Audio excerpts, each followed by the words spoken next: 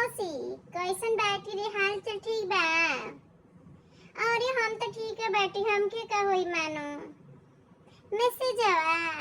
अरे ये मौसी, हमारे दुल्हा के चे मेरे बेटा के लगे क्योंकि तनो मैसेज भेजा करे ना, हमें फर्क नहीं पड़ेला, सबके सब पता बा। अब एहू पता लग गल के कितना पानी में बा, कहाँ तक गिर सकेला नीचे।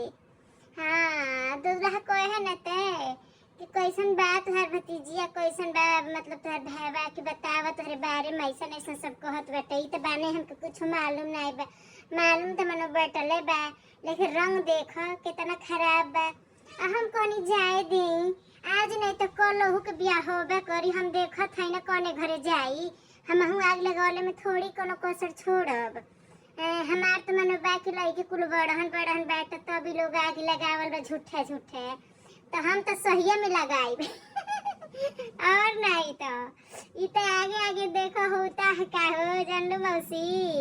हाँ अरे हो चाचा जी भी बोलते हैं हमारे, जानते हो का फोन। हाँ गाँव में नंबर मत लेना किसी सर, काहे नहीं लेंगे मनो बताओ, काहे नहीं नंबर वाले लेंगे, गाँव खरीदी है बा का केहू मानो।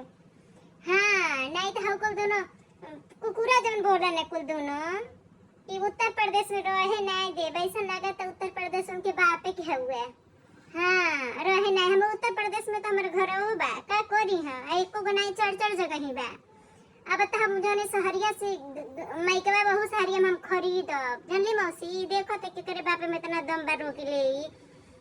अरे हमके काके रोकी, खुद तो निकल कर हम स्कूल जन बदू गौलिया को वहाँ ले आवे का औकाती ना आई बा, पकड़ पकड़ के कुल मारे ना हमके का कोई। हाँ हाँ 1 मिनट में खरीदने के दम रखती हूँ उनको खाना पे